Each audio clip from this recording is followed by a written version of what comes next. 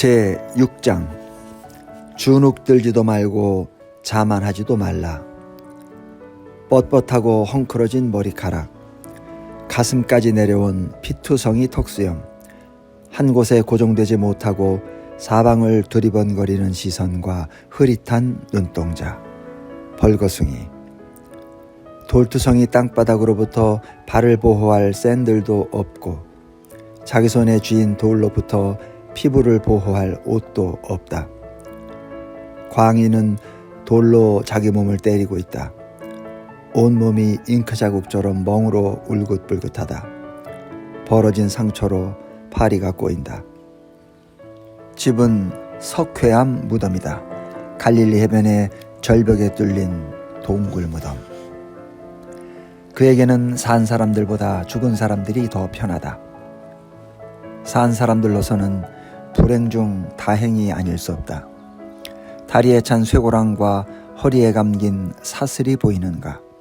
쇠고랑엔 금이가 있고 사슬은 망가져 있다. 도무지 감당이 안 되는 미치광이다. 그 무엇으로도 그를 묶어둘 수 없다. 겁에 질린 여행객들은 그 지역을 빙 돌아간다. 이 미치광이는 마을의 골칫덩이다.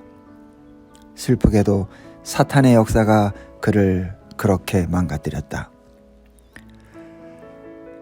우리의 이상한 행동을 달리 설명할 길은 없다.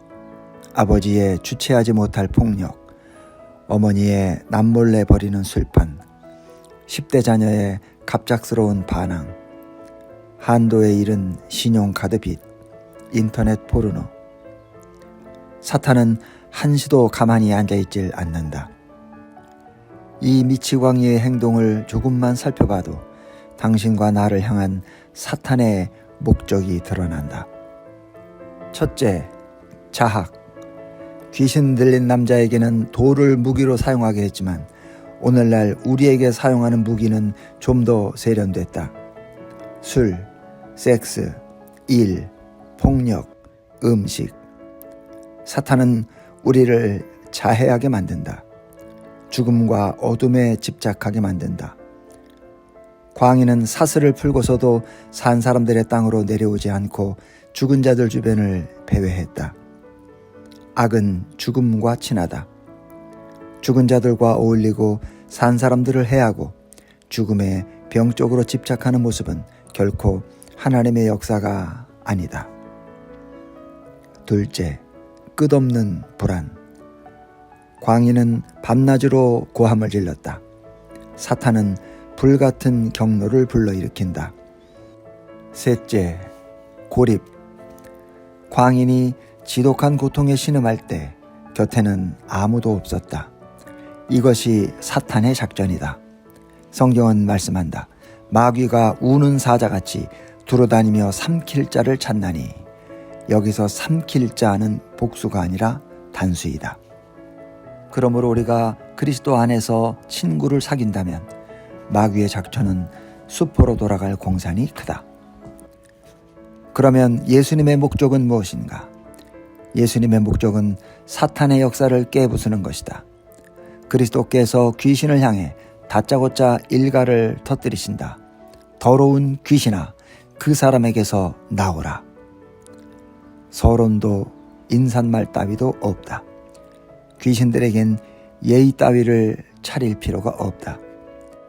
혼비백산한 귀신들은 그리스도 앞에 엎드려 벌벌 떨고 그중 대장이 선처를 호소한다. 지극히 높으신 하나님의 아들 예수여, 나와 당신이 무슨 상관이 있나이까? 원하건대 하나님 앞에 맹세하고 나를 괴롭히지 마옵소서. 이에 물으시되 내 이름이 무엇이냐? 이르되 내 이름은 군대니 우리가 많음이니이다 하고 자기를 그 지방에서 내보내지 마시기를 간구하더니. 군대, 레기온은 로마의 군대 편제 중 하나로 6,000명의 병사로 구성되었다. 한 사람 속에 그렇게 많은 귀신이 득실된다는 상상만 해도 끔찍하지만 전혀 불가능한 얘기는 아니다. 동굴 하나에 수많은 박쥐가 모여 살듯 지옥에도 무수한 귀신들이 웅크리고 있다. 귀신들은 숫자만 많은 게 아니라 완전 무장을 한 집단이다. 사탄과 그 친구들은 언제라도 우리를 공격할 준비가 되어 있다. 그래서 바울은 이렇게 권고한다. 하나님의 전신갑주를 취하라. 이는 악한 날에 너희가 능히 대적하고 모든 일을 행한 후에 서기 위함이라. 막강한 조직력을 갖춘 귀신들이므로 철저히 대비해야 한다. 우리의 씨름은 혈과 육을 상대하는 것이 아니요 통치자들과 권세들과 이 어둠의 세상 주관자들과 하늘에 있는 악의 영들을 상대함이라. 예수님은 지옥의 위원회를 의미하는 음부의 권세라는 표현도 쓰셨다. 마귀는 사악하고도 강력한 영적 군대를 거느리고 있다. 갈퀴를 들고 뾰족한 꼬리를 가진 새빨간 옷을 입은 귀여운 사탄은 어디까지나 캐릭터일 뿐이다. 사탄은 실로 막강한 적이다. 하지만 이 이야기의 핵심을 놓쳐서는 안 된다. 하나님 앞에서는 아무리 대단한 사탄이라 할지라도 하찮은 벌레에 불과하다. 하나님이 원자폭탄이라면 사탄은 장난감 수류탄이다. 마침 거기 돼지의 큰 떼가 산 곁에서 먹고 있는지라. 이에 간과하여 이르되 우리를 돼지에게로 보내어 들어가게 하소서 하니 허락하신대 더러운 귀신들이 나와서 돼지에게로 들어가매 거의 2,000마리가 되는 떼가 바다를 향하여 비탈로 내리달아 바다에서 몰사하거늘. 지옥의 위원회가 주님 앞에서 벌벌 떨고 있다. 귀신들이 주님 앞에 엎드려 하소연하고 그분의 말씀에 그대로 순종한다. 심지어 주님의 허락이 없이는 돼지 한 마리도 임대할 수 없다. 그렇다면 사탄의 위력은 어느 정도일까? 나탈리는 이 질문을 수백 번은 던졌을 것이다. 현대판 거라사인 이야기의 주인공 후보를 꼽는다면 그녀가 수위에 꼽힐 것이다. 그녀는 잔혹한 세상에서 어린 시절을 보냈다. 동네 사람들은 전혀 이상한 낌새를 눈치채지 못했다. 나탈리의 부모가 워낙 감쪽같이 가면을 쓰고 살았기 때문이다. 주일이면 부모는 나탈리와 그 자매들을 자랑스럽게 거느리고 교회 안으로 들어섰다. 아버지는 교회의 장로였고 어머니는 오르간 반주자였다. 둘 다 성도들의 존경을 한 몸에 받았다. 하지만 나탈리는 부모를 남몰래 저주했다. 지금까지도 그녀는 부모를 엄마, 아빠로 부르지 않는다. 마술쟁이와 마녀를 도저히 엄마, 아빠라 부를 수 없다. 부모는 6살이던 나탈리를 문 남성의 성놀이개로 지옥의 제단에 바쳤다. 아무나 언제든지 나탈리에게 욕종을 풀 수 있었다. 광신자들은 그녀의 세상을 극과 극으로 양분했다.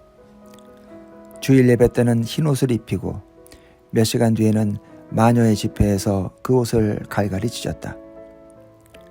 나탈리는 기적적으로 광신 집단에서 탈출했지만 추악한 기억에서는 좀처럼 벗어날 수 없었다. 성인이 된 지 한참이 지나서도 속옷을 6벌이나 겹쳐 입어야 안심이 되었다.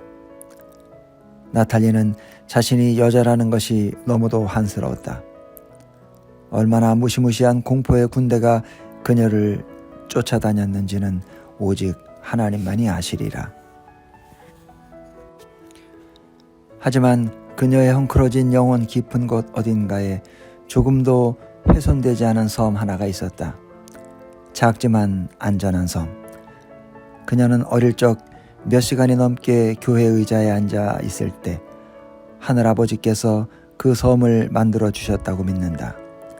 하나님의 사랑을 담은 말씀, 그분의 자비를 담은 찬송, 그것들이 그녀의 영혼에 아름다운 흔적을 남겼다. 견딜 수 없을 때면 그녀는 이 섬으로 숨어 들어가 기도했다. 그리고 하나님은 그 기도를 들어주셨다. 소망이 점점 자라나 절망을 뒤덮기 시작했다. 어느새 믿음이 두려움을 앞질렀다. 치유 과정은 길고도 지루했지만 마침내 신실한 남자와 결혼함으로써 상처가 완벽하게 아물었다. 비록 벼랑과 돼지떼는 등장하지 않지만 나탈리의 이야기는 곧 거라사인 광인의 이야기다. 그 광인처럼 나탈리는 완벽히 회복되었다. 두 이야기를 보면 분명해지는 사실이 있다.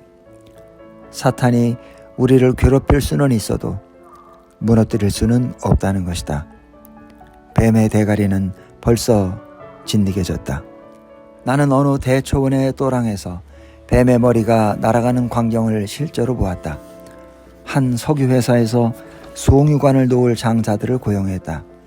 그 조건에 딱 맞았던 나는 고등학교 여름방학 내내 텍사스 서부에서 수 킬로미터에 달하는 어깨 높이의 또랑 안에서 삽질을 했다. 거대한 몸집의 땅 파는 기계가 도랑을 만들어내면 우리는 따라가면서 남은 흙과 돌을 퍼올렸다. 하루는 기계가 흙 말고 다른 것을 파냈다. 뱀이다! 십장이 외치는 소리가 들렸다. 우리는 장난감 상자 속의 인형보다도 빨리 도랑 밖으로 튀어올라 방울뱀 둥지를 내려다보았다. 굵은 어미뱀이 혀를 날름거리고 새끼뱀들은 꿈틀거렸다. 무서워서 도랑 안으로 다시 들어가는 사람이 아무도 없었다. 그때 한 일꾼이 용감하게 삽을 잡고 도랑으로 뛰어내리더니 순식간에 뱀의 머리통을 잘라버렸다. 우리는 머리 없는 뱀이 흙 위에서 몸부림을 치며 죽어가는 모습을 보며 몸서리를 쳤다. 머리통이 없는 뱀인데도 여전히 무서웠다. 한여름에 텍사스 서부에서 본 이 광경은 우리의 상황을 그대로 말해준다. 마귀는 곧 뱀이 아니던가. 요한은 용을 잡으니 곧 옛뱀이요 마귀요 사탄이라고 말했다. 하지만 마귀는 이미 목이 베이지 않았던가. 삽이 아니라 십자가로 말이다. 통치자들과 권세들을 무력화하여 드러내어 구경거리로 삼으시고 십자가로 그들을 이기셨느니라.